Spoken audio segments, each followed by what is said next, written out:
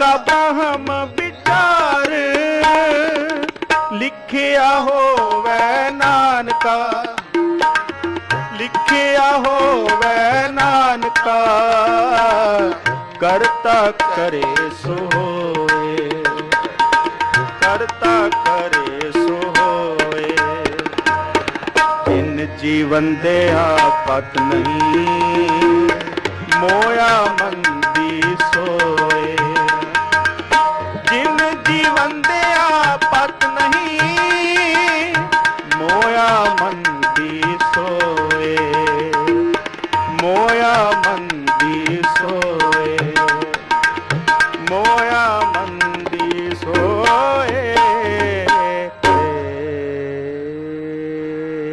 वड्डा तेरा दरबार सच्चा तुझ तख्त, सिरशाह पातशाहो न चल छोर छत। थोड़ी बड़ी बड़ा बार तेरा मर्तबा, रंग पंगने के जप करतबा। जिया अंदर जियो सब जान ला, सब तेरे बस तेरा करतला। तेरे घर आनंद दई तुद घर, मार मत तेज अपने आप जर। सर्ब कला भरपूर दिसै जत कता, नानक दासन दा तुद आगे बिन बता। तेरा जी तेरा नाम सत्य है श्री वाहे। औड़ी बड़ी बड़ा पार तेरा मर्तबा, रंग प्रंग नेक न जापन करतबा। जिया अंदर जियो सबके जान ला, सबके तेरे वस तेरा कर भला। तेरे घर आनंद विदाई तुद कर, मान मत्ता तेज अपना आप जर। सर्ब कला भरपूर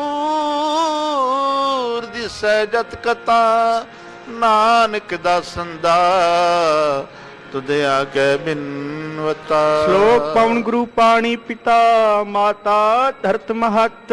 दिवस रात दोए दाई दाया, खेलै सगल जगत। चंगियाइयां बुराइयां, वाचै धर्म हदूर। करमी आपो आपनी, के नेड़े के दूर। जिनी नाम ध्याया, गए मशक्कत काल।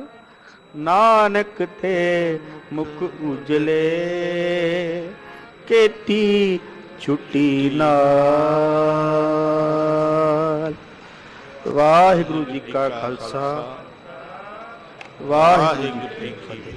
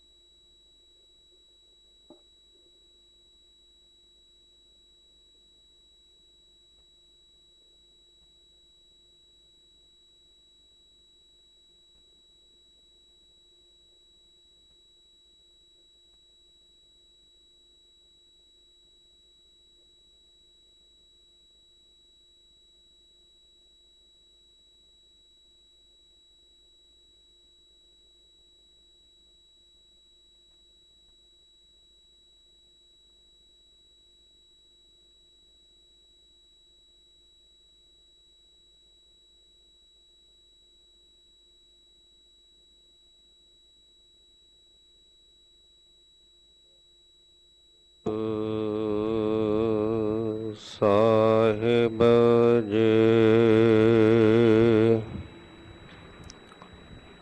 ਸ੍ਰੀ ਗੁਰੂ ਨਾਨਕ ਪਾਦ ਪੰਕਜ ਬੰਦਨ ਪਾਦ ਸਿਮਰੋ ਅੰਗਦ ਦੁਖ ਸ਼੍ਰੀ ਅਮਰਦਾਸ ਹਿਰਦੈ ਨਿਤ ਧਿਆਵਹੁ ਹਿਰਦੈ ਸ਼੍ਰੀ ਰਾਮਦਾਸ ਗੁਣ ਸ਼੍ਰੀ ਅਰਜਨ ਬਿਘਨ ਨਾਨਕ ਨਾਸਕ ਬਿਘਨ ਨਾਨਕ ਸ਼੍ਰੀ ਹਰਿ ਗੋਬਿੰਦ ਸ਼ੁਭ ਸੁਮਤ ਸ਼੍ਰੀ ਹਰਿ ਰਾਇ ਨਾਮ ਕਰ ਜੋਰੀ ਨਾਮ ਸ਼੍ਰੀ ਹਰਿ ਕ੍ਰਿਸ਼ਨ ਮਨਾਉ ਤੇਗ ਬਹਾਦਰ ਪਰਮ ਕਿਰਪਾਲ ਜੀ ਪਰਮ ਸ਼੍ਰੀ ਗੁਰੂ ਗੋਬਿੰਦ ਸਿੰਘ ਬਿਸਾਲਾ ਤਾਰਾ ਤਾਰਾ ਪਰ ਪੁਨ ਪੁਨ ਸੀਸਾ ਜੀ ਪੁਨ ਪੁਨ ਸੀਸਾ ਬੰਦਾ ਬਾਰ ਬਾਰ ਜਗਦੀਸਾ ਏਕੰਕਾਰ ਸਤਿਗੁਰ ਤਹ ਪ੍ਰਸਾਦ ਸਚ ਹੋਏ ਵਾਹਿਗੁਰੂ ਜੀ ਕੀ ਫਤਿਹ ਹੈ ਬਿਘਨ ਬਿਨਾਸਨ ਸੋਏ ਵਾਹਿਗੁਰੂ ਜੀ ਕੀ ਫਤਿਹ ਹੈ ਬਿਘਨ ਬਿਨਾਸਨ ਸੋਏ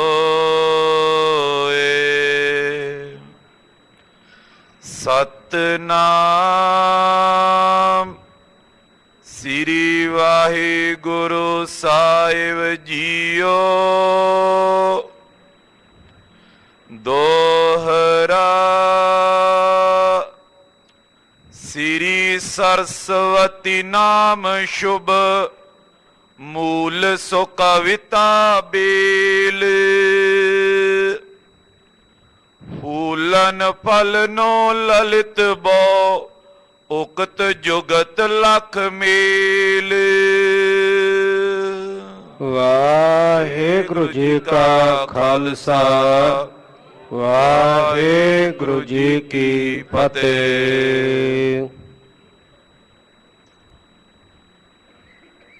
ਧਰਮ ਰੱਖਿਅਕ ਪਰਉਪਕਾਰ ਤਿਆਗ ਅਨੁਰਾਗ ਵੈਰਾਗ ਦੀ ਮੂਰਤ ਤੇਗ ਦੇ ਧਨੇ ਸਗਲ ਸ੍ਰਿਸ਼ਟੀ ਦੀ ਚਾਦਰ ਧੰਨ ਧੰਨ ਸ੍ਰੀ ਗੁਰੂ ਤੇਗ ਬਹਾਦਰ ਸਾਹਿਬ ਜੀ ਸਤਿਗੁਰਾਂ ਜੀ ਦੇ ਪਾਵਨ ਪਵਿੱਤਰ ਅਸਥਾਨ ਗੁਰਦੁਆਰਾ ਸ੍ਰੀ ਦੁਖ ਨਿਵਾਰਨ ਸਾਹਿਬ ਵਿਖੇ ਚਵਰ ਛਤਰ ਤਖਤ ਦੇ ਮਾਲਕ ਆਲੀਏ ਕੁਲ ਆਲਮ ਹਸਤੀ ਹੈ ਮੁਕੱਦਸ ਆਵਾਜ਼ ਇਹ ਸ਼ਬਦ ਧੰਨ ਧੰਨ ਸ੍ਰੀ ਗੁਰੂ ਗ੍ਰੰਥ ਸਾਹਿਬ ਪਾਤਸ਼ਾਹ ਜੀ ਦੀ ਪਾਵਨ ਪਵਿੱਤਰ ਬਾਰਗਾਹ ਵਿੱਚ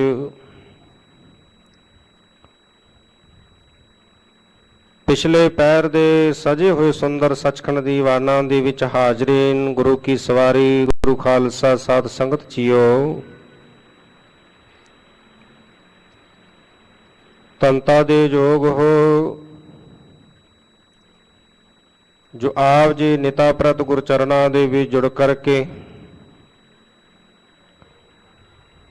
ਰੱਬੀ ਬਾਣੀ ਦੇ ਸ਼ਬਦ ਕੀਰਤਨ ਚੱਲ ਰਹੀ ਲੜੀਵਾਰ ਗੁਰ ਇਤਿਹਾਸ ਦੀ ਵਿਚਾਰ ਨੂੰ ਸਰਵਨ ਕਰਕੇ ਮਨੁੱਖਾ ਜੀਵਨ ਦਾ ਲਾਹਾ ਪ੍ਰਾਪਤ ਕਰਦੇ ਹੋ।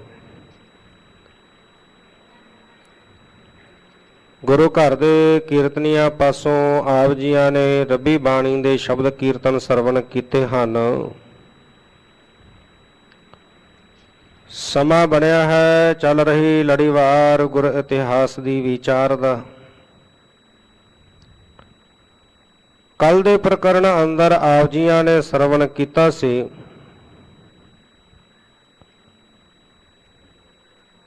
ਕਿ ਧੰਨ ਧੰਨ ਸਾਹਿਬ ਸ੍ਰੀ ਗੁਰੂ ਨਾਨਕ ਦੇਵ ਸਾਹਿਬ ਪਾਤਸ਼ਾਹ ਜੀ ਕਰਤਾਰਪੁਰ ਸਾਹਿਬ ਵਿਖੇ ਸਿੱਖ ਸੰਗਤਾਂ ਨੂੰ ਤਾਰ ਰਹੇ ਨੇ। ਉਸ ਅਕਾਲ ਪੁਰਖ ਵਾਹਿਗੁਰੂ ਪਰਮੇਸ਼ਰ ਨਾਲ ਜੋੜਦੇ ਬਿਆੰਤ ਸੰਗਤਾਂ ਗੁਰੂ ਕੇ ਦਰਸ਼ਨ ਕਰਦੀਆਂ, ਪਾਵਨ ਉਪਦੇਸ਼ ਪ੍ਰਾਪਤ ਕਰਦੀਆਂ। ਇੱਧਰ ਭਾਈ ਲਹਿਣਾ ਜੀ ਜਿਨ੍ਹਾਂ ਨੇ ਗੁਰੂ ਕੇ ਸਿੱਖ ਭਾਈ ਜੋਧ ਦੇ ਪਾਸੋਂ ਗੁਰੂ ਨਾਨਕ ਦੀ ਬਾਣੀ ਸਰਵਣ ਕੀਤੀ। ਭਾਈ ਸ਼ੀਂਹ ਦਾ ਜੀਵਨ ਵੇਖਿਆ ਤੇ ਮਨ ਅੰਦਰ ਇੱਕ ਤਾਂਘ ਸੀ, ਤੜਪ ਸੀ ਕਿ ਕਦੋਂ ਗੁਰੂ ਨਾਨਕ ਸਾਹਿਬ ਦੇ ਦੀਦਾਰ ਹੋਣ। ਜਵਾਲਾ ਦੇਵੀ ਦੇ ਸੰਗ ਲੈ ਕੇ ਜਾਇਆ ਕਰਦੇ ਸੀ। ਨਾਲ ਦੇ ਸਾਥੀਆਂ ਨੂੰ ਇਕੱਠੇ ਕਰਨਾ, ਜਥੇ ਦੇ ਮੁਖੀ ਬਣ ਕੇ ਅੱਗੇ ਚੱਲਣਾ, ਜਥਾ ਲੈ ਕੇ ਜਾਣਾ। ਹੁਣ ਇਹ ਖਡੂਰ ਸਾਹਿਬ ਤੋਂ ਜਾਣ ਵਾਲਾ ਜਿਹੜਾ ਜਥਾ ਸੀ ਰਾਵੀ ਦੇ ਕਿਨਾਰੇ ਤੇ ਚੱਲਦਿਆਂ ਕਰਤਾਰਪੁਰ ਸਾਹਿਬ ਲੰਘ ਕੇ ਜਾਂਦਾ। ਰਸਤੇ ਵਿੱਚ ਕਰਤਾਰਪੁਰ ਸਾਹਿਬ ਨਗਰ ਆਉਂਦਾ। ਹੁਣ ਪਤਾ ਕਰ ਚੁੱਕੇ ਸਨ ਕਿ ਗੁਰੂ ਨਾਨਕ ਸਾਹਿਬ ਪਾਤਸ਼ਾਹ ਜੀ ਦਾ ਨਿਵਾਸ ਕਿੱਥੇ ਹੈ। ਤੇ ਜਦੋਂ ਵੇਖਿਆ ਕਰਤਾਰਪੁਰ ਪਹੁੰਚੇ, ਨਾਲ ਦੇ ਸਾਥੀਆਂ ਨੂੰ ਕਿਹਾ ਤੁਸੀਂ ਚੱਲੋ, ਮੈਂ ਕਿਸੇ ਨੂੰ ਇੱਥੇ ਮਿਲਣਾ, ਮਿਲ ਕੇ ਆਉਣਾ। ਜਥਾ ਅੱਗੇ ਨਾਲ ਦੇ ਸਾਥੀ ਚਲੇ ਗਏ। ਆਪ ਧੰਨ ਗੁਰੂ ਨਾਨਕ ਸਾਹਿਬ ਪਾਤਸ਼ਾਹ ਜੀ ਦੇ ਦਰਸ਼ਨ ਕਰਨ ਵਾਸਤੇ ਕਰਤਾਰਪੁਰ ਨਗਰ 'ਚ ਪ੍ਰਵੇਸ਼ ਕੀਤਾ। ਹੁਣ ਅੱਗੋਂ ਗੁਰੂ ਨਾਨਕ ਸਾਹਿਬ ਪਾਤਸ਼ਾਹ ਆ ਰਹੇ ਨੇ। ਗੁਰੂ ਸਾਹਿਬ ਜੀ ਦੀ ਮਹਿਮਾ ਸੁਣੀ ਹੈ, ਪਰ ਗੁਰੂ ਸਾਹਿਬ ਦੇ ਅਜੇ ਦੀਦਾਰ ਨਹੀਂ ਹੋਏ। ਤੇ ਗੁਰੂ ਨਾਨਕ ਸਾਹਿਬ ਪਾਤਸ਼ਾਹ ਜੀ ਨੂੰ ਪੁੱਛਣਾ ਕੀਤਾ ਕਿ ਮੈਂ ਧੰਨ ਸ਼੍ਰੀ ਗੁਰੂ ਨਾਨਕ ਸਾਹਿਬ ਪਾਤਸ਼ਾਹ ਜੀ ਨੂੰ ਮਿਲਣਾ ਹੈ, ਉਹਨਾਂ ਦੇ ਦਰਸ਼ਨ ਕਰਨੇ ਨੇ, ਕਿੱਥੇ ਰਹਿੰਦੇ ਨੇ। ਤਾਂ ਧੰਨ ਗੁਰੂ ਨਾਨਕ ਸਾਹਿਬ ਪਾਤਸ਼ਾਹ ਜੀ ਨੇ ਕਿਹਾ ਭਾਈ ਪੁਰਖਾ ਘੋੜੇ ਦੀਆਂ ਵਾਗਾਂ ਸਾਨੂੰ ਪਕੜਾ ਦੇ, ਅਸੀਂ ਤੈਨੂੰ ਉੱਥੇ ਲੈ ਚੱਲਦੇ ਹਾਂ ਜਿੱਥੇ ਗੁਰੂ ਨਾਨਕ ਸਾਹਿਬ ਜੀ ਦਾ ਨਿਵਾਸ ਹੈ। ਹੁਣ ਇੱਥੇ ਘੋੜੇ ਦੀਆਂ ਵਾਗਾਂ ਧੰਨ ਗੁਰੂ ਨਾਨਕ ਸਾਹਿਬ ਪਾਤਸ਼ਾਹ ਜੀ ਦੇ ਹੱਥ ਵਿੱਚ ਪਕੜਾਈਆਂ। ਕੇਵਲ ਇਕੱਲੇ ਦੀਆਂ ਘੋੜੇ ਦੀਆਂ ਵਾਗਾਂ ਹੀ ਨਹੀਂ ਪਕੜਾਈਆਂ, ਮਨ ਦੀਆਂ ਵਾਗਾਂ ਵੀ ਗੁਰੂ ਨਾਨਕ ਸਾਹਿਬ ਦੇ ਹੱਥ ਵਿੱਚ ਦੇ ਦਿੱਤੀਆਂ। ਮਨ ਰੂਪੀ ਜਿਹੜਾ ਅਥਰਾ ਘੋੜਾ ਹੈ, ਜਿਹੜਾ ਬਹੁਤ ਚੰਚਲ ਹੈ, ਕਾਬੂ ਨਹੀਂ ਆਉਂਦਾ, ਗੁਰੂ ਦੀ ਕਿਰਪਾ ਤੋਂ ਬਿਨਾਂ ਇਹ ਵਸ ਵਿੱਚ ਨਹੀਂ ਆਉਂਦਾ, ਕਾਬੂ ਵਿੱਚ ਨਹੀਂ ਆਉਂਦਾ। ਉਹ ਮਨ ਰੂਪੀ ਚੰਚਲ ਘੋੜੇ ਦੀਆਂ ਲਗਾਮਾਂ ਵੀ ਗੁਰੂ ਨਾਨਕ ਸਾਹਿਬ ਨੂੰ ਦੇ ਦਿੱਤੀਆਂ। ਵਾਗਾਂ ਤੋਂ ਫੜ ਕੇ ਗੁਰੂ ਸਾਹਿਬ ਜਿੱਥੇ ਧਰਮਸ਼ਾਲ ਹੈ ਉੱਥੇ ਪਹੁੰਚੇ। ਕਹਿਣ ਲੱਗੇ ਪੁਰਖਾ ਘੋੜਾ ਕਿੱਲੇ ਤੇ ਬਣ ਕੇ ਅੰਦਰ ਲੰਘ ਗਿਆ। ਆਪ ਗੁਰੂ ਨਾਨਕ ਸਾਹਿਬ ਪਾਤਸ਼ਾਹ ਜੀ ਪਿਛਲੇ ਦਰਵਾਜ਼ਿਓਂ ਧਰਮਸ਼ਾਲਾ 'ਚ ਪ੍ਰਵੇਸ਼ ਕਰਕੇ ਆਪਣੇ ਆਸਣ ਤੇ ਸੁਸ਼ੋਭਿਤ ਹੋਏ। ਤੇ ਜਦੋਂ ਭਾਈ ਲਹਿਣਾ ਘੋੜੇ ਨੂੰ ਬੰਨ੍ਹ ਕੇ ਧਰਮਸ਼ਾਲ ਦੇ ਅੰਦਰ ਗਏ ਕਿ ਵੇਖਦੇ ਨੇ ਕਿ ਅੱਗੇ ਗੁਰੂ ਨਾਨਕ ਸਾਹਿਬ ਪਾਤਸ਼ਾਹ ਜੀ ਜਿਹੜੇ ਘੋੜੇ ਦੀਆਂ ਵਾਗਾਂ ਫੜ ਕੇ ਆਏ ਨੇ ਉਹ ਆਪਣੇ ਤਖਤਾਂ ਤੇ ਸੁਭਾਏ ਮਨ ਹਨ। ਭਾਈ ਲਹਿਣਾ ਜੀ ਚਰਨਾਂ ਤੇ ਢਾਪੇ ਕਹਿਣ ਲੱਗੇ ਪਾਤਸ਼ਾਹ ਮੇਰੇ ਕੋਲੋਂ ਭੁੱਲ ਹੋਈ, ਮੈਂ ਆਪ ਜੀ ਦੇ ਦਰਸ਼ਨ ਕਰਨ ਵਾਸਤੇ ਆਇਆ ਸਾਂ, ਪਰ ਵੱਡੀ ਭੁੱਲ ਹੋਈ ਕਿ ਮੈਂ ਘੋੜੇ ਤੇ ਸਵਾਰ ਹੋਇਆ, ਤੁਸੀਂ ਪੈਦਲ ਅੱਗੇ ਚੱਲ ਕੇ ਆਏ। ਤੇ ਧੰਨ ਗੁਰੂ ਨਾਨਕ ਸਾਹਿਬ ਪਾਤਸ਼ਾਹ ਕਹਿਣ ਲੱਗੇ, ਭਾਈ ਪੁਰਖਾ ਤੇਰਾ ਨਾਂ ਕੀ ਹੈ? ਕਹਿਣ ਲੱਗੇ, ਜੀ ਮੇਰਾ ਨਾਂ ਲਹਿਣਾ। ਕਹਿਣ ਲੱਗੇ, ਲੈਣ ਵਾਲੇ ਘੋੜੇ ਤੇ ਚੜ੍ਹ ਕੇ ਆਉਂਦੇ ਨੇ, ਦੇਣ ਵਾਲੇ ਅੱਗੋਂ ਹੋ ਕੇ ਮਿਲਦੇ ਨੇ। ਗੁਰੂ ਨਾਨਕ ਸਾਹਿਬ ਦੇ ਚਰਨਾਂ ਦੇ ਮੁਰੀਦ ਬਣ ਗਏ, ਭੌਰੇ ਬਣ ਗਏ। ਇੱਥੇ ਰਹਿ ਕੇ ਗੁਰੂ ਸਾਹਿਬ ਜੀ ਦੇ ਦਰਸ਼ਨ ਕੀਤੇ, ਕੁਝ ਸਮਾਂ ਬਤੀਤ ਕਰਕੇ ਫਿਰ ਆਗਿਆ ਲੈ ਕੇ ਘਰ ਗਏ। ਦੁਕਾਨਦਾਰੀ ਕਰਦੇ ਸਨ, ਲੋਨ ਦਾ ਵਪਾਰ ਸੀ। ਧੰਨ ਗੁਰੂ ਨਾਨਕ ਸਾਹਿਬ ਪਾਤਸ਼ਾਹ ਜੀ ਦੇ ਲਈ ਹੁਣ ਜਦੋਂ ਘਰ ਦਾ ਕੰਮਕਾਜ ਸਮੇਟ ਕਰਕੇ ਹੁਣ ਦੁਬਾਰਾ ਗੁਰੂ ਨਾਨਕ ਸਾਹਿਬ ਪਾਤਸ਼ਾਹ ਕੋਲ ਚੱਲਣ ਲੱਗੇ, ਭੇਟਾ ਵਜੋਂ ਲੋਨ ਦੀ ਇੱਕ ਬੋਰੀ ਲਈ ਹੈ ਤੇ ਲੈ ਕੇ ਧੰਨ ਗੁਰੂ ਨਾਨਕ ਸਾਹਿਬ ਪਾਤਸ਼ਾਹ ਜੀ ਦੇ ਕੋਲ ਪਹੁੰਚੇ। ਤੇ ਸਤਿਗੁਰੂ ਪਾਤਸ਼ਾਹ ਜੀ ਦੇ ਕੋਲ ਜਦੋਂ ਪਹੁੰਚੇ ਨੇ, ਸਤਿਗੁਰੂ ਪਾਤਸ਼ਾਹ ਜੀ ਖੇਤਾਂ ਵਿੱਚ ਹੱਥੀਂ ਆਪ ਖੇਤੀ ਕਰ ਰਹੇ ਸਨ। ਝੋਨੇ ਦਾ ਸਮਾਂ ਸੀ, ਜੀਰੀ ਦਾ ਨਦੀਨ ਕੱਢ ਰਹੇ ਸਨ। ਤੇ ਜਦੋਂ ਭਾਈ ਲਹਿਣਾ ਪਹੁੰਚਿਆ, ਘਰ ਮਾਤਾ ਜੀ ਨੂੰ ਪੁੱਛਿਆ, ਦੱਸਿਆ ਕਿ ਖੇਤ ਵਿੱਚ ਹਨ, ਖੇਤ ਵਿੱਚ ਚੱਲ ਕੇ ਗਏ। ਸੋਹਣੇ ਸੁੰਦਰ ਕੱਪੜੇ ਵਸਤਰ ਪਹਿਨੇ ਸਨ। ਗੁਰੂ ਸਾਹਿਬ ਜੀ ਨੇ ਨਦੀਨ ਕੱਢਣ ਵਾਸਤੇ ਲਾ ਲਿਆ। ਜਦੋਂ ਕੰਮ ਖਤਮ ਕੀਤਾ, ਨਦੀਨ ਦੀ ਪੰਡ ਜਿਹੜੀ ਚਿੱਕੜ ਨਾਲ ਨੁਚੜ ਰਹੀ ਸੀ ਉਹ ਸਿਰ ਤੇ ਬੰਨ੍ਹ ਕੇ ਰੱਖ ਦਿੱਤੀ। ਸਾਰੇ ਕੱਪੜੇ ਜਿਹੜੇ ਸਨ ਉਹ ਚਿੱਕੜ ਨਾਲ ਭਰ ਗਏ। ਘਰ ਆਏ, ਗੁਰੂ ਕੇ ਮਹਿਲ ਮਾਤਾ ਸੁਲੱਖਣੀ ਜੀ ਕਹਿਣ ਲੱਗੇ, ਆਹ ਤੁਸੀਂ ਗੁਰੂ ਸਾਹਿਬ ਜੀ ਨੂੰ ਕਹਿੰਦੇ ਕੀ ਕੀਤਾ ਕਿ ਇਹਨਾਂ ਦੇ ਸਾਰੇ ਕੱਪੜੇ ਚਿੱਕੜ ਨਾਲ ਲਿਬੜ ਗਏ। ਸਤਿਗੁਰੂ ਪਾਤਸ਼ਾਹ ਜੀ ਨੂੰ ਕਹਿਣ ਲੱਗੇ, ਆ ਜਿਹੜੀ ਨਦੀਨ ਦੇ ਚਿੱਕੜ ਨਾਲ ਭਰੀ ਪੰਡ ਇਹਨਾਂ ਦੇ ਸਿਰ ਤੇ ਚੁਕਾ ਦਿੱਤੀ। ਗੁਰੂ ਨਾਨਕ ਸਾਹਿਬ ਪਾਤਸ਼ਾਹ ਕਹਿਣ ਲੱਗੇ ਕਿ ਇਹ ਤੈਨੂੰ ਚਿੱਕੜ ਨਜ਼ਰ ਆਉਂਦਾ ਹੈ, ਇਹ ਕੇਸਰ ਹੈ। ਜਿਹੜੇ ਨਦੀਨ ਦੇ ਪੰਡ ਹੈ ਇਹ ਗੁਰਿਆਈ ਦਾ ਛਤਰ ਹੈ। ਇਸ ਪ੍ਰਕਾਰ ਦੇ ਨਾਲ ਗੁਰੂ ਸਾਹਿਬ ਜੀ ਦੇ ਕੋਲ ਰਹਿ ਕੇ ਸੇਵਾ ਕਰਨ ਲੱਗੇ। ਆਓ ਅਗਲੇਰੇ ਪ੍ਰਕਰਨ ਨਾਲ ਜੁੜਨ ਵਾਸਤੇ ਮਨ ਬਿਰਤੀਆਂ ਨੂੰ ਕਾਗਰ ਕਰਨ ਦੇ ਲਈ ਰਸਨਾ ਦੀ ਕਲਿਆਣ ਹਿਤ ਆਖਣਾ ਕਰੀਏ ਜੀ। ਸਤਨਾਮ ਸ੍ਰੀ ਵਾਹਿਗੁਰੂ ਸਾਹਿਬ ਜੀ, ਸਤਨਾਮ ਸ੍ਰੀ ਵਾਹਿਗੁਰੂ ਸਾਹਿਬ ਜੀ। ਦੋਹਰਾ ਸ੍ਰੀ ਸਰਸਵਤੀ ਨਾਮ ਸ਼ੁਭ, ਮੂਲ ਸੋ ਕਵਿਤਾ ਬੇਲ। ਕਵੀ ਜਨ ਕਵੀ ਸੰਤੋਖ ਸਿੰਘ ਜੀ ਪ੍ਰਸੰਗ ਦੀ ਆਰੰਭਤਾ ਕਰਦਿਆਂ, ਸ਼ੁਭ ਨਾਮ ਵਾਲੀ ਸ਼੍ਰੀ ਸ਼ਾਰਦਾ ਮਾਨੋ ਇੱਕ ਜੜ ਹੈ, ਜਿਸ ਤੋਂ ਇੱਕ ਕਵਿਤਾ ਰੂਪੀ ਜਿਹੜੀ ਵੇਲ ਉਹ ਫੁੱਟੀ ਹੈ। ਫੂਲਨ ਫਲਨੋ ਲਲਿਤ ਬੋ, ਉਕਤ ਜੁਗਤ ਲਖ ਮੇਲ। ਇਹ ਵੇਲ ਕਵਿਤਾ ਰੂਪੀ ਜਿਹੜੀ ਵੇਲ ਹੈ, ਇਹ ਉਕਤੀਆਂ ਤੇ ਜੁਗਤੀਆਂ ਦੇ ਲੱਖਾਂ ਮੇਲ ਨਾਲ ਮਾਨੋ ਬੜੀ ਸੁੰਦਰਤਾ ਨਾਲ ਫਲ ਤੇ ਫੁੱਲ ਰਹੀ ਹੈ। ਚੋਪਈ ਕਿਤਕ ਦਿਵਸ ਜਬ ਰਹਿਤ ਬਿਤਾਏ। ਇਸ ਤਰ੍ਹਾਂ ਦੇ ਨਾਲ ਜਦੋਂ ਭਾਈ ਲਹਿਣਾ ਜੀ ਨੇ ਕਈ ਦਿਨ ਦਾ ਸਮਾਂ ਸਤਿਗੁਰੂ ਪਾਤਸ਼ਾਹ ਜੀ ਦੀ ਸੇਵਾ ਵਿੱਚ ਰਹਿ ਕਰਕੇ ਬਤੀਤ ਕੀਤਾ, ਸੇਵਾ ਕਰਈ ਪ੍ਰੀਤ ਵਧਾਏ। ਬੜੇ ਪ੍ਰੀਤ ਧਾਰਨ ਕਰਕੇ ਹਿਰਦੇ ਅੰਦਰ ਬੜਾ ਪ੍ਰੇਮ ਵਧਾ ਕਰਕੇ ਬੜੀ ਪ੍ਰੀਤ ਦੇ ਸਹਿਤ ਸਤਿਗੁਰੂ ਪਾਤਸ਼ਾਹ ਜੀ ਦੀ ਸੇਵਾ ਕਰਦੇ। ਜਵਾਲਾ ਪਰਸਨ ਗਇਓ ਜੋ ਸੰਗਾ। ਤੇ ਹੁਣ ਜਿਹੜਾ ਨਾਲ ਦੇ ਸੰਗੀ ਜਵਾਲਾ ਦੇਵੀ ਦੇ ਦਰਸ਼ਨ ਕਰਨ ਵਾਸਤੇ ਚੱਲ ਕੇ ਗਏ ਸਨ, ਨਾਲ ਦਾ ਜਥਾ ਅੱਗੇ ਚੱਲ ਕੇ ਗਿਆ। ਸੋ ਆਇਓ ਪੁਨ ਸਹਿਤ ਉਮੰਗਾ।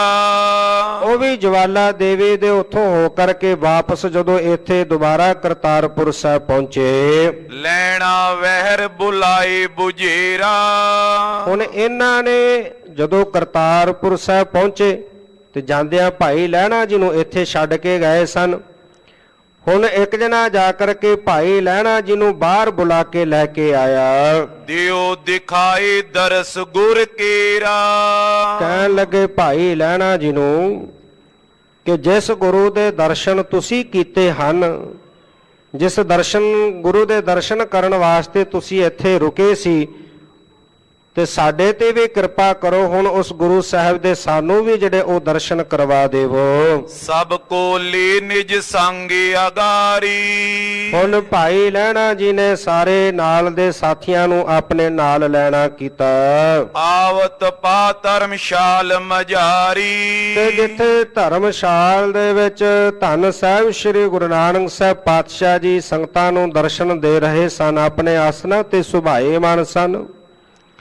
ਧਰਮਸ਼ਾਲ ਦੇ ਕੋਲ ਪਹੁੰਚੇ ਹਨ ਨਾਲ ਦੇ ਸਾਥੀਆਂ ਨੂੰ ਨਾਲ ਲੈ ਕਰਕੇ। ਹੱਥ ਬੰਦ ਕੈ ਗਿਰਾ ਬਖਾਨੀ। ਹੁਣ ਭਾਈ ਲਹਿਣਾ ਜੀ ਨੇ ਇੱਥੇ ਹੀ ਰੋਕਿਆ ਧਰਮਸ਼ਾਲ ਦੇ ਬਾਹਰ ਨਾਲ ਦੇ ਸਾਥੀਆਂ ਨੂੰ ਰੋਕ ਕਰਕੇ ਆਪ ਅੰਦਰ ਗਏ ਤੇ ਧੰਨ ਗੁਰੂ ਨਾਨਕ ਸਾਹਿਬ ਪਾਤਸ਼ਾਹ ਜੀ ਨੂੰ ਹੱਥ ਜੋੜ ਕੇ ਬੇਨਤੀ ਕੀਤੀ, ਕਹਿਣ ਲੱਗੇ, ਸੁਨੀਏ ਬਿਨਤੀ ਸ਼੍ਰੀ ਗੁਣ ਖਾਨੀ। ਹੇ ਗੁਣਾ ਦੇ ਖਾਨ ਧੰਨ ਸ਼੍ਰੀ ਗੁਰੂ ਨਾਨਕ ਸਾਹਿਬ ਪਾਤਸ਼ਾਹ ਜੀ, ਆਪ ਜੀ ਕਿਰਪਾ ਕਰਕੇ ਬੇਨਤੀ ਸੁਣਨਾ ਕਰੋ। ਗ੍ਰਾਮ ਖਡੂਰ ਮਨੁਜ ਬੋ ਆਏ। ਖਡੂਰ ਨਗਰ ਤੋਂ ਬਹੁਤ ਸਾਰੇ ਮਨੁੱਖ ਚੱਲ ਕੇ ਆਏ ਹਨ। ਚਾਹਤ ਤੁਮਰੋ ਦਰਸ਼ਨ ਪਾਏ। ਉਹ ਸਾਰੇ ਤੁਹਾਡਾ ਦਰਸ਼ਨ ਕਰਨਾ ਚਾਹੁੰਦੇ ਹਨ ਪਾਤਸ਼ਾਹ। ਖਡੂਰ ਨਗਰ ਤੋਂ ਬਹੁਤ ਵੱਡੀ ਗਿਣਤੀ ਦੇ ਵਿੱਚ ਚੱਲ ਕੇ ਆਏ ਨੇ ਮਨੁੱਖ ਤੇ ਉਹ ਆਪ ਜੀ ਦੇ ਦਰਸ਼ਨ ਕਰਨਾ ਚਾਹੁੰਦੇ ਹਨ। ਆਪ ਜੀ ਕਿਰਪਾ ਕਰੋ। ਕਿਰਪਾ ਦ੍ਰਿਸ਼ਟ ਸੋ ਦੇਖ ਗੁਸਾਈ। ਤੇ ਹੁਣ ਕਿਰਪਾ ਦ੍ਰਿਸ਼ਟੀ ਦੇ ਘਰ ਸਤਿਗੁਰੂ ਪਾਤਸ਼ਾਹ ਜੀ ਨੇ ਕਿਰਪਾ ਦ੍ਰਿਸ਼ਟੀ ਦੇ ਨਾਲ ਭਾਈ ਲਹਿਣਾ ਜੀ ਵੱਲ ਤੱਕਿਆ ਤੇ ਦੇਖ ਕਰਕੇ ਬੋਲੇ, ਬੋਲੇ ਸੰਗੀ ਲਿਹੋ ਬੁਲਾਈ। ਗੁਰੂ ਨਾਨਕ ਸਾਹਿਬ ਪਾਤਸ਼ਾਹ ਜੀ ਭਾਈ ਲਹਿਣੋ ਨੂੰ ਕਹਿਣ ਲੱਗੇ ਕਿ ਆਪਣੇ ਸਾਥੀਆਂ ਨੂੰ ਭਾਈ ਲਹਿਣਾ ਜੀ ਲੈ ਆਓ, ਅੰਦਰ ਬੁਲਾ ਲਿਓ, ਉਹਨਾਂ ਨੂੰ ਦਰਸ਼ਨ ਕਰਵਾਉਣਾ ਕਰੋ। ਆਇਸ ਪਾਏ ਬ੍ਰਿੰਦ ਨਰ ਨਾਰੀ। ਹੁਣ ਗੁਰੂ ਸਾਹਿਬ ਜੀ ਦੀ ਆਗਿਆ ਪਾ ਕੇ ਭਾਈ ਲਹਿਣਾ ਜੀ ਨੇ ਆਪਣੇ ਨਾਲ ਦੇ ਸਾਰੇ ਸਾਥੀਆਂ ਨੂੰ ਬੁਲਾਇਆ। ਨਾਲ ਦੇ ਸਾਰੇ ਜਿੰਨੇ ਵੀ ਸਾਥੀ ਸਨ ਚੱਲ ਕਰਕੇ ਧਰਮਸ਼ਾਲ ਦੇ ਅੰਦਰ ਗਏ। ਲੈ ਪਹੁੰਚੇ ਉਹ ਧਰਮਸਾਲ ਮਝਾਰੀ। ਭਾਈ ਲਹਿਣਾ ਜੀ ਇਹਨਾਂ ਨੂੰ ਨਾਲ ਲੈ ਕੇ ਧਰਮਸ਼ਾਲ ਦੇ ਅੰਦਰ ਪ੍ਰਵੇਸ਼ ਕੀਤਾ।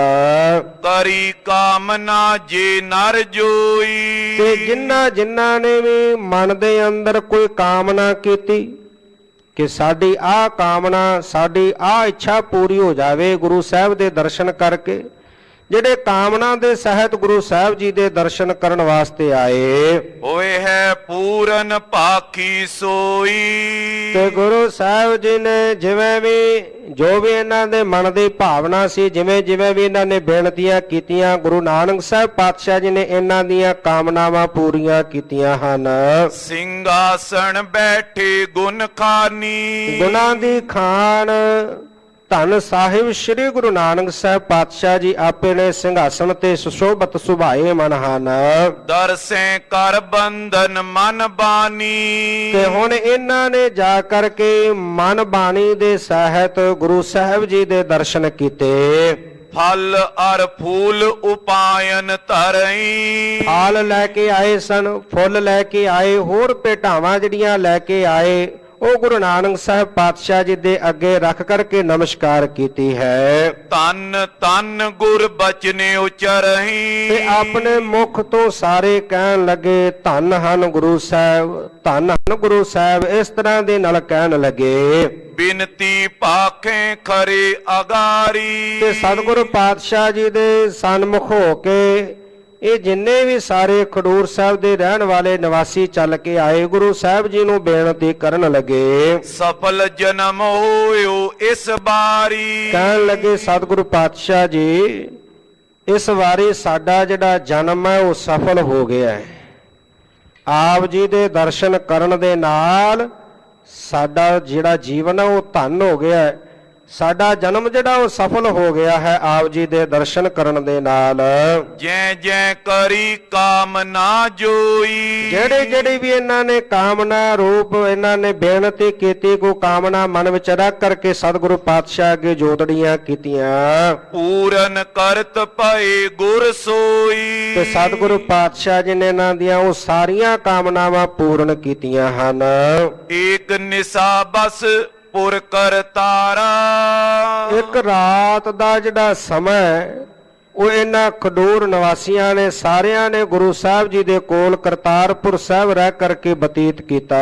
ਸਰਬ ਸੰਗ ਨਿਜ ਗ੍ਰਾਮ ਪਧਾਰਾ।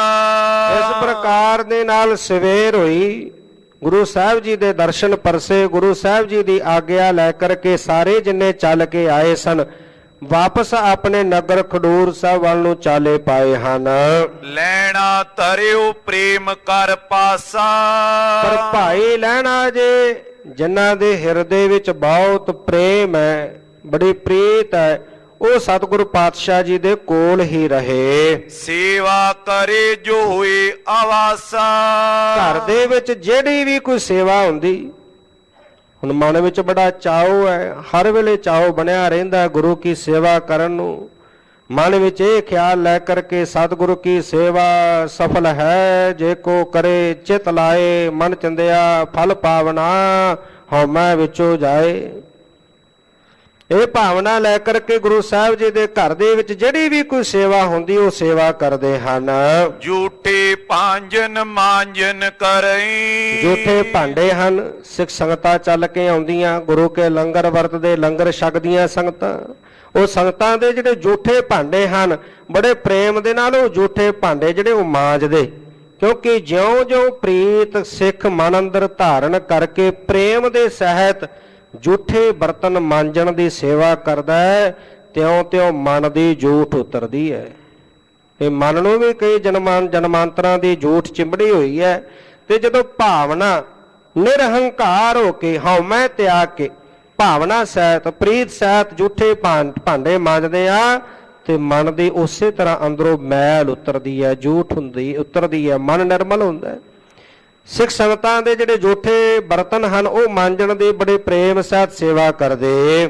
ਚਰਨ ਪਖਾਰ ਹਰਖ ਉਰ ਧਰਈ। ਤੇ ਚਰਨ ਪਖਾਰ ਗੁਰੂ ਸਾਹਿਬ ਜੀ ਦੇ ਚਰਨ ਧੋਂਦੇ, ਹਿਰਦੇ ਵਿੱਚ ਬੜਾ ਉਤਸ਼ਾਹ ਵਧਾ ਕੇ ਪ੍ਰੇਮ ਧਾਰਨ ਕਰਕੇ ਨਿਰਮਲ ਜਲ ਲੈ ਕੇ ਸਤਿਗੁਰੂ ਪਾਤਸ਼ਾਹ ਜੀ ਦੇ ਚਰਨ ਧੋਣ ਦੀ ਸੇਵਾ ਕਰਦੇ।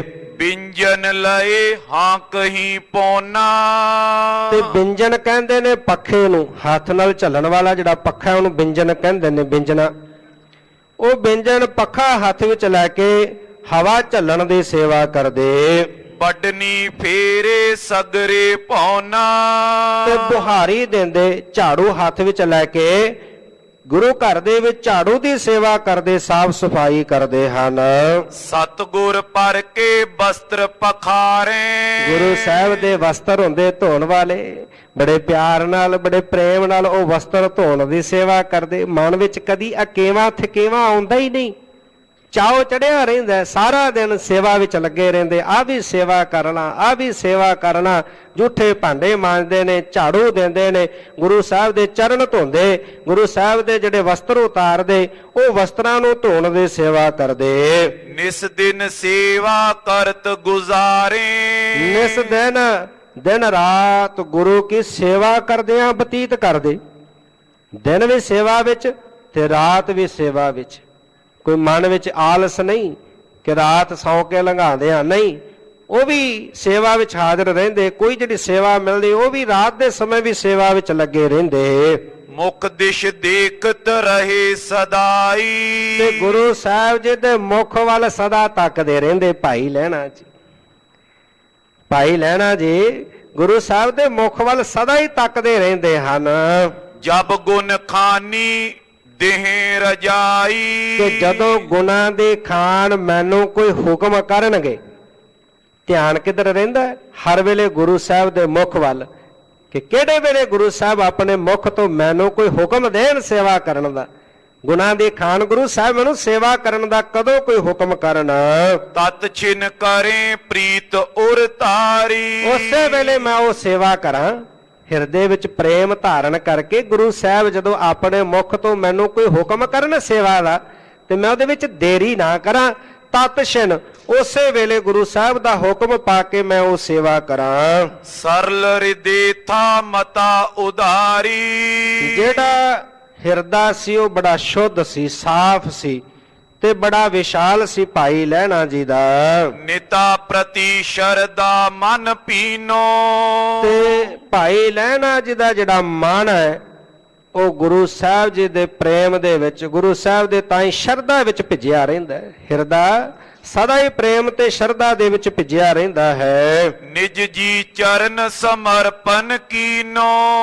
ਇਸ ਪ੍ਰਕਾਰ ਦੇ ਨਾਲ ਇਹਨਾਂ ਨੇ ਆਪਣਾ ਨਿਜ ਜੀ ਜਿਹੜਾ ਹਿਰਦਾ ਉਹ ਗੁਰੂ ਸਾਹਿਬ ਦੇ ਚਰਨਾਂ 'ਚ ਸਮਰਪਿਤ ਕੀਤਾ ਹੋਇਆ ਹੈ।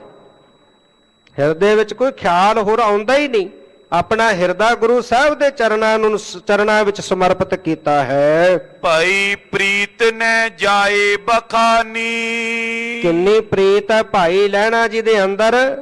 ਕਵੀ ਸੰਤੋਖ ਸਿੰਘ ਲਿਖਦੇ ਨੇ, ਬਖਿਆਨ ਨਹੀਂ ਕੀਤੀ ਜਾ ਸਕਦੀ, ਉਹ ਬਿਆਨ ਨਹੀਂ ਕੀਤੀ ਜਾ ਸਕਦੀ। ਜਿਹੜਾ ਪ੍ਰੇਮ ਹੈ ਭਾਈ ਲਹਿਣਾ ਜੀ ਦੇ ਹਿਰਦੇ ਅੰਦਰ, ਭਾਈ ਲਹਿਣਾ ਜੀ ਦਾ ਹਿਰਦਾ ਜਿਹੜਾ ਪ੍ਰੇਮ ਨਾਲ ਭਰਿਆ ਪਿਆ ਹੈ। ਭਾਈ ਸੰਤੋਖ ਸਿੰਘ ਜੀ ਕਹਿੰਦੇ ਉਹ ਪ੍ਰੇਮ, ਉਹ ਪ੍ਰੀਤ ਸ਼ਬਦਾਂ ਵਿੱਚ ਬਿਆਨ ਨਹੀਂ ਕੀਤੀ ਜਾ ਸਕਦੀ। ਕੋ ਉਪਮਾ ਦਿਓ ਕਛੂ ਨਾ ਸਮਾਨੀ। ਕਿੰਨੇ ਵੀ ਉਪਮਾ ਕਰ ਲਈਏ, ਉਪਮਾ ਦੇ ਬੜੇ ਸ਼ਬਦ ਵਰਤ ਲਈਏ, ਬੜੀ ਉਪਮਾ ਕਰਨੀ ਚਾਹੀਏ।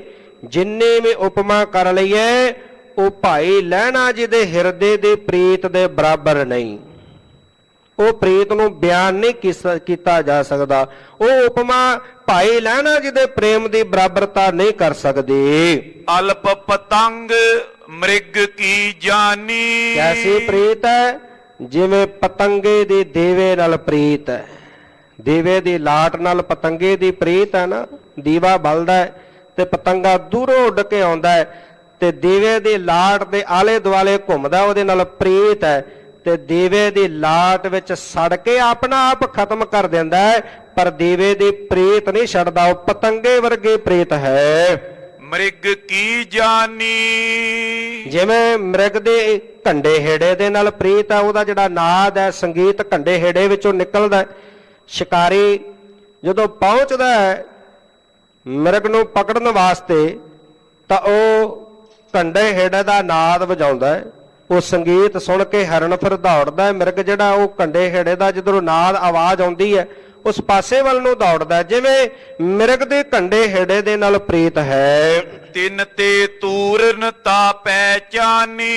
ਇਸ ਪ੍ਰਕਾਰ ਦੇ ਨਾਲ ਕਹਿੰਦੇ ਜਿਵੇਂ ਇਹਨਾਂ ਨੂੰ ਆਪਣੀ ਜਾਨ ਦੇਣ ਵਿੱਚ ਵੀ, ਜੇ ਹੁਣ ਜਿਹੜਾ ਪਤੰਗਾ ਹੈ ਉਹ ਸੜ ਕੇ ਸੁਆਹ ਹੋ ਜਾਂਦਾ ਹੈ ਤੇ ਮਿਰਗ ਜਿਹੜਾ ਹੈ ਉਹ ਸ਼ਿਕਾਰੀ ਦੇ ਵਸ ਪੈ ਜਾਂਦਾ ਹੈ। ਇਹਨਾਂ ਨੂੰ ਆਪਣਾ ਸਿਰ ਵੀ ਦੇਣਾ ਪਵੇ, ਜਾਨ ਵੀ ਦੇਣੀ ਪਵੇ, ਪਰ ਪ੍ਰਵਾਹ ਨਹੀਂ ਕਰਦੇ। ਪ੍ਰੀਤ ਹੈ, ਹੁਣ ਪ੍ਰੀਤ ਦੇ ਬੰਨੇ ਹੋਏ ਨੇ, ਹੁਣ ਭਾਵੇਂ ਜਾਨ ਵੀ ਚਲੀ ਜਾਏ ਪਰ ਪ੍ਰੀਤ ਨਹੀਂ ਛੱਡਦੇ। ਸੀਸ ਦੇਨ ਕੀ ਹੋਏ ਜੇ ਰਜਾਈ। ਤੇ ਜੇ ਸੀਸ ਦੇਣ ਦਾ ਹੁਕਮ ਇਹਨਾਂ ਨੂੰ ਹੋ ਜਾਵੇ ਕਿ ਤੁਸੀਂ ਸੀਸ ਦੇਣਾ ਹੈ, ਪਲਕ ਮਾਤਰ ਕਬੇ ਨਾ ਬਿਲ ਮਾਈ। ਤੇ ਭਾਈ ਲਹਿਣਾ ਜੀ ਆਪਣਾ ਸੀਸ ਦੇਣ ਦੇ ਵਿੱਚ ਵੀ ਪਲਕ ਝਪਕਣ ਜਿੰਨਾ ਸਮਾਂ ਨਹੀਂ ਲਾਉਣਗੇ। ਜਿਵੇਂ ਪਤੰਗੇ ਦੀ ਉਦਾਹਰਣ ਦੇ ਕੇ, ਮਿਰਗ ਦੀ ਉਦਾਹਰਣ ਦੇ ਕੇ ਕਿਹਾ ਕਿ ਇਸੇ ਤਰ੍ਹਾਂ ਭਾਈ ਲਹਿਣਾ ਜੀ ਦਾ ਜੀਵਨ ਹੈ। ਜੇ ਗੁਰੂ ਸਾਹਿਬ ਜੀ ਹੁਕਮ ਦੇ ਦੇਣ ਭਾਈ ਲਹਿਣਾ ਜੀ ਤੁਹਾਡਾ ਸਿਰ ਚਾਹੀਦਾ ਤੇ ਕਹਿੰਦੇ ਅੱਖ ਝਮਕਣ ਦਾ ਸਮਾਂ ਵੀ ਜ਼ਿਆਦਾ ਹੋ ਸਕਦਾ, ਅੱਖ ਝਮਕਣ ਦੇ ਸਮੇਂ ਤੋਂ ਵੀ ਘੱਟ ਸਮੇਂ ਵਿੱਚ ਆਪਣਾ ਸੀਸ ਭੇਟ ਕਰ ਦੇਣ। ਏਕ ਦਿਵਸ ਬੇਦੀ ਕੁਲ ਰਾਈ। ਇਸ ਪ੍ਰਕਾਰ ਦੇ ਨਾਲ ਬੇਦੀ ਕੁਲ ਦੇ ਬਾਦਸ਼ਾਹ ਧੰਨ ਗੁਰੂ ਨਾਨਕ ਸਾਹਿਬ ਪਾਤਸ਼ਾਹ ਜੀ ਪੌੜੇ ਸੇਜਾ ਪਰ ਸੁਖਦਾਈ। ਆਪਣੇ ਸੁਖਦਾਇਕ ਸੇਜਾ ਦੇ ਉੱਪਰ ਲੇਟੇ ਹੋਏ ਨੇ। ਧੰਨ ਗੁਰੂ ਨਾਨਕ ਸਾਹਿਬ ਪਾਤਸ਼ਾਹ ਜੀ ਆਰਾਮ ਕਰਨ ਦੇ ਲਈ ਆਪਣੀ ਸੇਜਾ ਦੇ ਉੱਤੇ ਲੇਟੇ ਹੋਏ ਹਨ। ਮਾਇਆ ਤਾਰ ਆਪਨੋ ਵੇਖਾ। ਹੁਣ ਮਾਇਆ ਨੇ ਆਪਣਾ ਵੇਸ ਧਾਰਨ ਕੀਤਾ ਹੈ। ਮਾਇਆ ਇਸਤਰੀ ਦਾ ਰੂਪ ਧਾਰਨ ਕਰਕੇ ਕਮਲ ਬਿਲੋਚਨ ਰੂਪ ਵਿਸ਼ੇਖਾ। ਕਮਲ ਰੂਪ ਸੁੰਦਰ ਸਰੂਪ ਧੰਨ ਗੁਰੂ ਨਾਨਕ ਸਾਹਿਬ ਪਾਤਸ਼ਾਹ ਜੀ ਦੇ ਸੁੰਦਰ ਸਰੂਪ ਨੂੰ ਵੇਖਣ ਦੇ ਲਈ ਮਣੀ ਮੈਂ ਭੂਖਣ ਚਲਕ ਤੇ ਅੰਗਾ। ਇਹ ਮਾਇਆ ਨੇ ਜਿਹੜਾ ਆਪਣਾ ਸਵਰੂਪ ਧਾਰਨ ਕੀਤਾ ਇਸਤਰੀ ਵਾਲਾ, ਇਹਦੇ ਸਰੀਰ ਦੇ ਅੰਗਾਂ ਦੇ ਉੱਤੇ ਮਣੀਆਂ ਵਾਲੇ ਰਤਨਾਂ ਦੇ ਨਾਲ ਜੜੇ ਹੋਏ ਸੋਹਣੇ ਸੁੰਦਰ ਗਹਿਣੇ ਨੇ ਪਹਿਨੇ ਹੋਏ ਹਨ। ਵਸਤਰ ਕੁਸੰਬੀ ਬਨੇ ਸੁਰੰਗਾ। ਇਹਦੇ ਜਿਹੜੇ ਵਸਤਰ ਹਨ ਉਹ ਲਾਲ ਸੁਰਖ ਦੇ ਸੂਹੇ ਰੰਗ ਦੇ ਨੇ ਵਸਤਰ ਜਿਹੜੇ ਉਹ ਧਾਰਨ ਕੀਤੇ ਹੋਏ ਹਨ।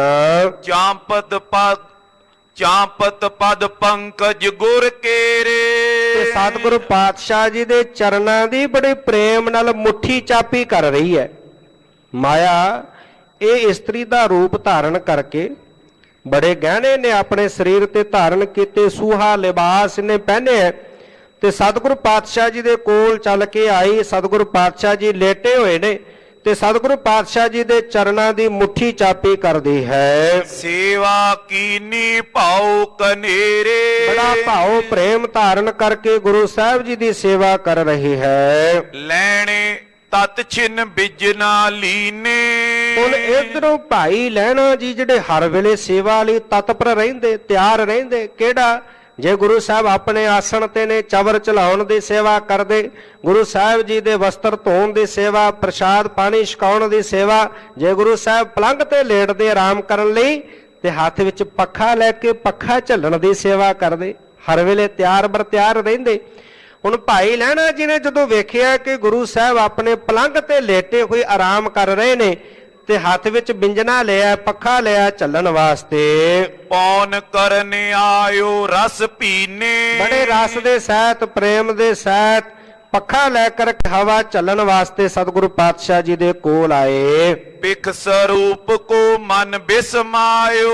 ਹੁਣ ਜਦੋਂ ਆਏ ਨੇ, ਹੁਣ ਉਹ ਇਸਤਰੀ ਦੇ ਰੂਪ ਵਿੱਚ ਜਿਹੜੀ ਮਾਇਆ ਸੇਵਾ ਕਰ ਰਹੀ ਹੈ, ਉਹਦਾ ਰੂਪ, ਉਹਦਾ ਸਰੂਪ ਵੇਖ ਕਰਕੇ ਬੜੇ ਹੈਰਾਨ ਹੋਏ। ਕਛੂ ਨ ਜਾਣਿਓ ਗਇਓ ਲਜਾਇਓ। ਹੁਣ ਹਿਰਦੇ ਵਿੱਚ ਜਾਣਿਆ ਨਹੀਂ ਗਿਆ। ਉਹ ਜਿਹੜੀ ਮਾਇਆ ਸੀ, ਜਿਹੜੀ ਮਾਇਆ ਨੇ ਇਹ ਰੂਪ ਬਣਾਇਆ ਸੀ ਆਪਣਾ, ਉਹਨੂੰ ਹੋਰ ਕਿਸੇ ਨੇ ਨਹੀਂ ਵੇਖਿਆ, ਕੇਵਲ ਭਾਈ ਲਹਿਣਾ ਜੀ ਨੇ ਵੇਖਿਆ। ਹੁਣ ਵੇਖ ਕੇ ਮੁਖ ਦੇ ਵਿੱਚੋਂ ਕੁਝ ਬੋਲਿਆ ਨਹੀਂ ਗਿਆ, ਬੜੇ ਹੈਰਾਨ ਹੋਏ ਤੇ ਸ਼ਰਮਾ ਗਏ। ਨਿਕਸ ਗਈ ਕਰ ਸੇਵਾ ਜਬਈ। ਤੇ ਕੁਝ ਸਮਾਂ ਜਦੋਂ ਇਹ ਮਾਇਆ ਸੇਵਾ ਕਰਕੇ ਬਾਹਰ ਚਲੇ ਗਏ, ਹੱਥ ਜੋੜ ਕੇ ਬੂਝਿਓ ਤਬਈ। ਤੇ ਦੋਵੇਂ ਹੱਥ ਜੋੜ ਕੇ ਜਦੋਂ ਗੁਰੂ ਨਾਨਕ ਸਾਹਿਬ ਪਾਤਸ਼ਾਹ ਜੀ ਜਾਗਤ ਅਵਸਥਾ ਵਿੱਚ ਆਏ ਤੇ ਸਤਿਗੁਰੂ ਪਾਤਸ਼ਾਹ ਜੀ ਨੇ ਦੋਵੇਂ ਹੱਥ ਜੋੜ ਕੇ ਭਾਈ ਲਹਿਣਾ ਜੀ ਪੁੱਛਣ ਲੱਗੇ, ਕੋ ਅੰਗਨਾ ਇਹ ਦਿਵਯ ਸਰੂਪਾ। ਕਹਿਣ ਲੱਗੇ ਕਿ ਇਹ ਦੇਵਤਾ ਸਵਰੂਪ ਇਸਤਰੀ ਜਿਹੜੀ ਪਾਤਸ਼ਾਹ, ਇਹ ਕੌਣ ਹੈ? ਅਲੰਕਾਰ ਬਰ ਬੇਕ ਅਨੂਪਾ।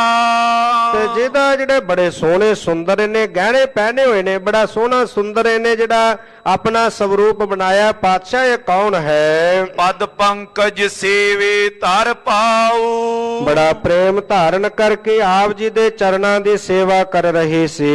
ਬੰਧਨ ਕਰ ਗਮਨੇ ਦਿਸ਼ ਕਾਉ। ਤੇ ਹੁਣ ਆਪ ਜੀ ਦੀ ਸੇਵਾ ਕਰਕੇ ਆਪ ਜੀ ਨੂੰ ਬੰਦਨਾ ਕਰਕੇ ਕਿਸ ਪਾਸੇ ਵੱਲ ਚਲੀ ਗਈ ਹੈ? ਮੈਂ ਇੱਕ ਪਿੱਖੀ ਔਰ ਨੈ ਦੇਖੀ। ਪਾਤਸ਼ਾਹ ਜਦੋਂ ਇਹ ਇਸਤਰੀ ਆਪ ਜੀ ਦੀ ਸੇਵਾ ਕਰ ਰਹੀ ਸੀ, ਇਹਨੂੰ ਕੇਵਲ ਮੈਂ ਹੀ ਵੇਖਿਆ, ਹੋਰ ਕਿਸੇ ਨੇ ਇਹਨੂੰ ਨਹੀਂ ਦੇਖਣਾ ਕੀਤਾ।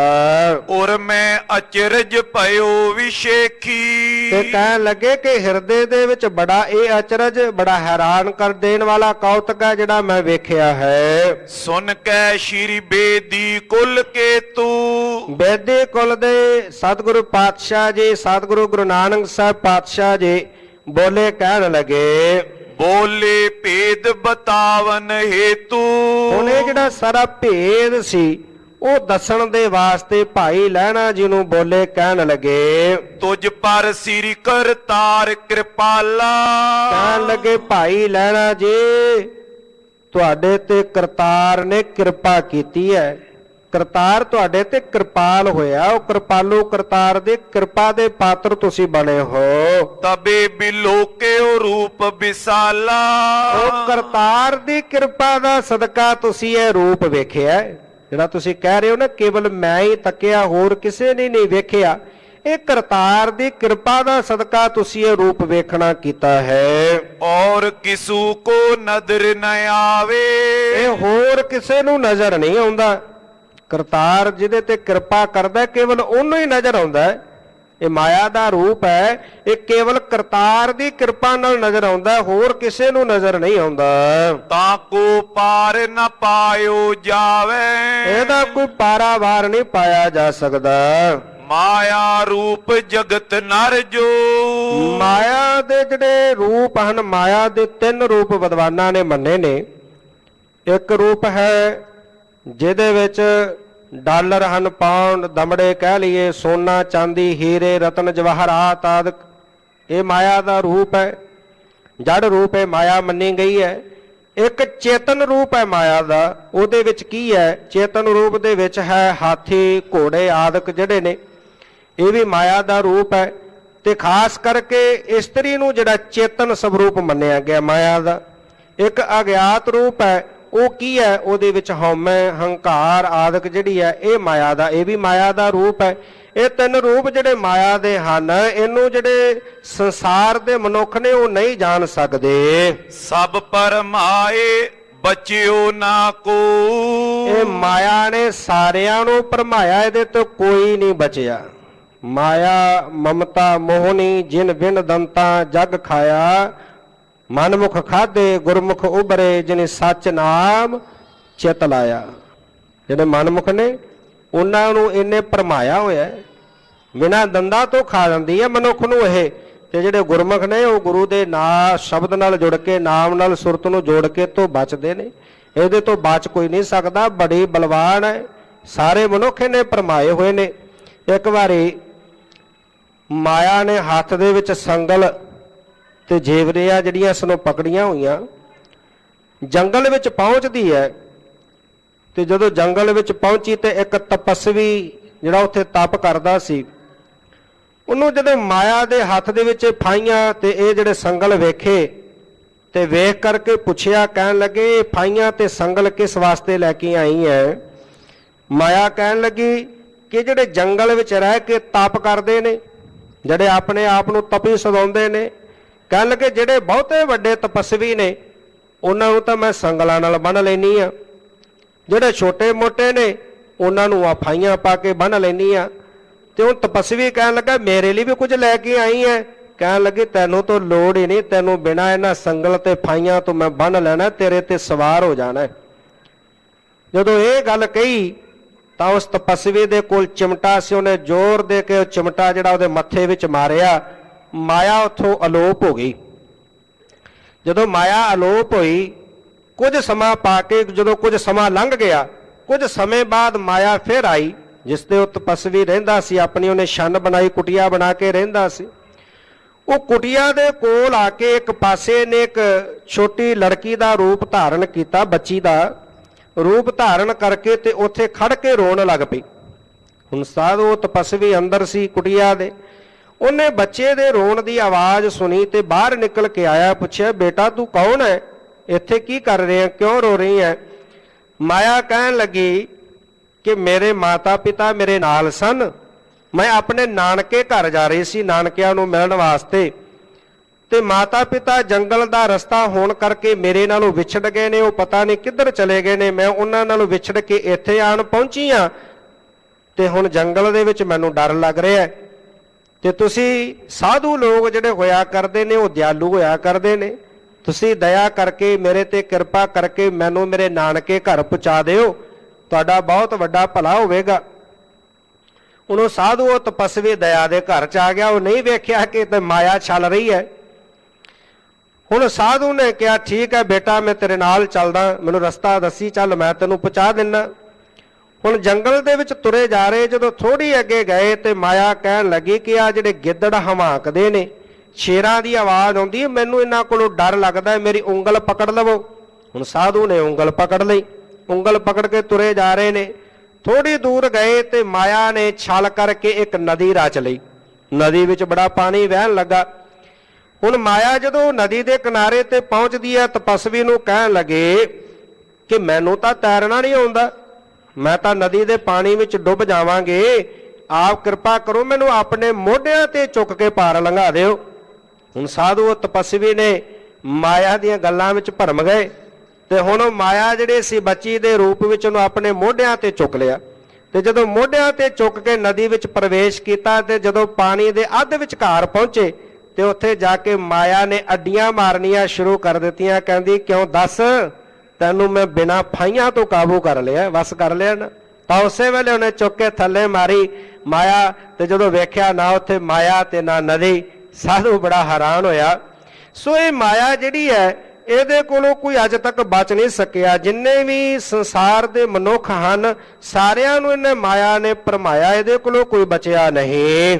ਦੋਹਰਾ ਸੋ ਆਵਤ ਇਸ ਹੇਤ ਤੇ ਦਵਾਦਸ਼ ਕੋਸਨ ਦੂਰ। ਉਹ ਇਸ ਕਰਕੇ ਸਾਡੇ ਕੋਲ ਆਉਂਦੀ ਹੈ 12 ਕੋਹ ਤੋਂ ਚੱਲ ਕੇ ਸਾਡੇ ਕੋਲ ਆਉਂਦੀ ਹੈ। ਗੁਰੂ ਨਾਨਕ ਸਾਹਿਬ ਪਾਤਸ਼ਾਹ ਕਹਿਣ ਲੱਗੇ ਦੁਆਦਸ 2 ਤੇ 10 12 ਕੋਹ ਤੋਂ ਦੂਰੋਂ ਇਹ ਚੱਲ ਕੇ ਮਾਇਆ ਸਾਡੇ ਕੋਲ ਇਸ ਕਰਕੇ ਆਉਂਦੀ ਹੈ। ਰਹਿਤ ਹਮਾਰੇ ਪਾਸ ਤੇ ਛਲ ਬਲ ਹੋਏ ਨਾ ਹਜੂਰ। ਪਾਤਸ਼ਾਹ ਕਹਿੰਦੇ ਕਿ ਸਾਨੂੰ ਛਲਣਾ ਚਾਹੁੰਦੀ ਹੈ, ਸਾਡੇ ਕੋਲ ਰਹਿ ਕੇ ਸਾਡੀ ਸੇਵਾ ਕਰਕੇ ਇਹ ਸਾਨੂੰ ਛਲਣਾ ਚਾਹੁੰਦੀ ਹੈ। 12 ਕੋਹ ਤੋਂ ਚੱਲ ਕੇ ਆਉਂਦੀ ਹੈ, ਪਰ ਪਾਤਸ਼ਾਹ ਕਹਿੰਦੇ ਇਹਦੇ ਛਲ ਵੱਲ ਸਾਡੇ ਕੋਲ ਨਹੀਂ ਚੱਲਦੇ, ਇਹਦੀ ਪੇਸ਼ ਸਾਡੇ ਸਾਹਮਣੇ ਨਹੀਂ ਜਾਂਦੀ। ਇਹ ਬੜੇ ਜਿਹੜੇ ਆ ਕੇ ਵਲਛਲ ਕਰਦੀ ਹੈ, ਸਾਡੇ ਕੋਲ ਸਾਡੇ ਇਹਦੇ ਜਿਹੜੇ ਵਲਛਲ ਉਹ ਨਹੀਂ ਚੱਲਦੇ।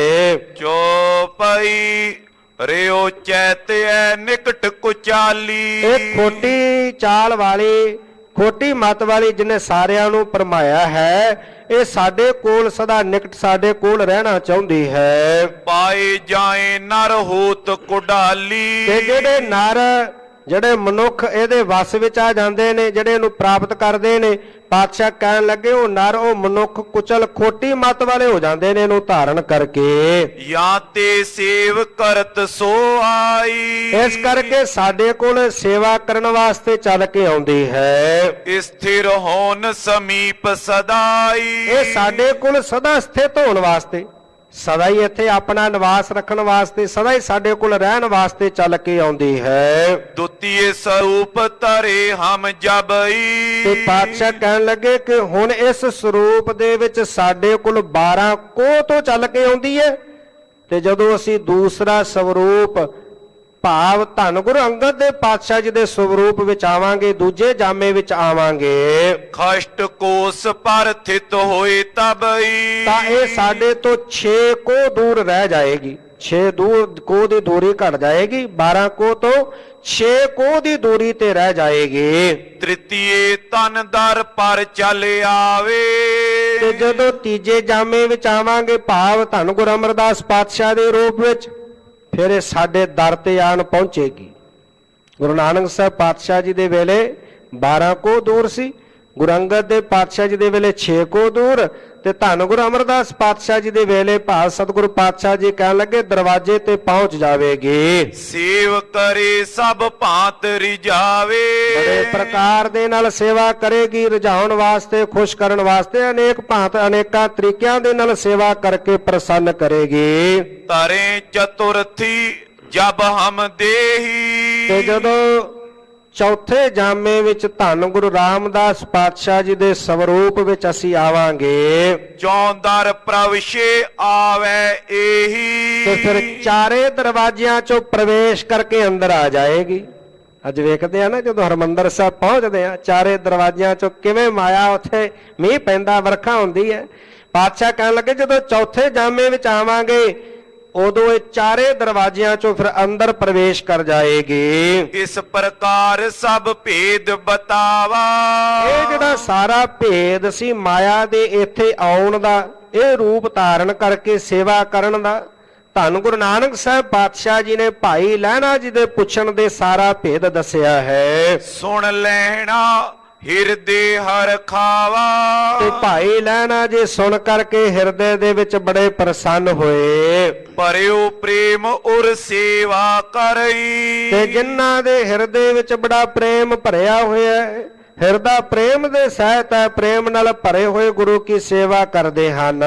ਨਹੀਂ ਅਹੰਤਾ ਰੰਚਕ ਧਰਹੀ। ਰੰਚਕ ਮਾਤਰ ਵੀ ਭਾਈ ਲਹਿਣਾ ਜੀ ਦੇ ਹਿਰਦੇ 'ਚ ਹੰਕਾਰ ਨਹੀਂ।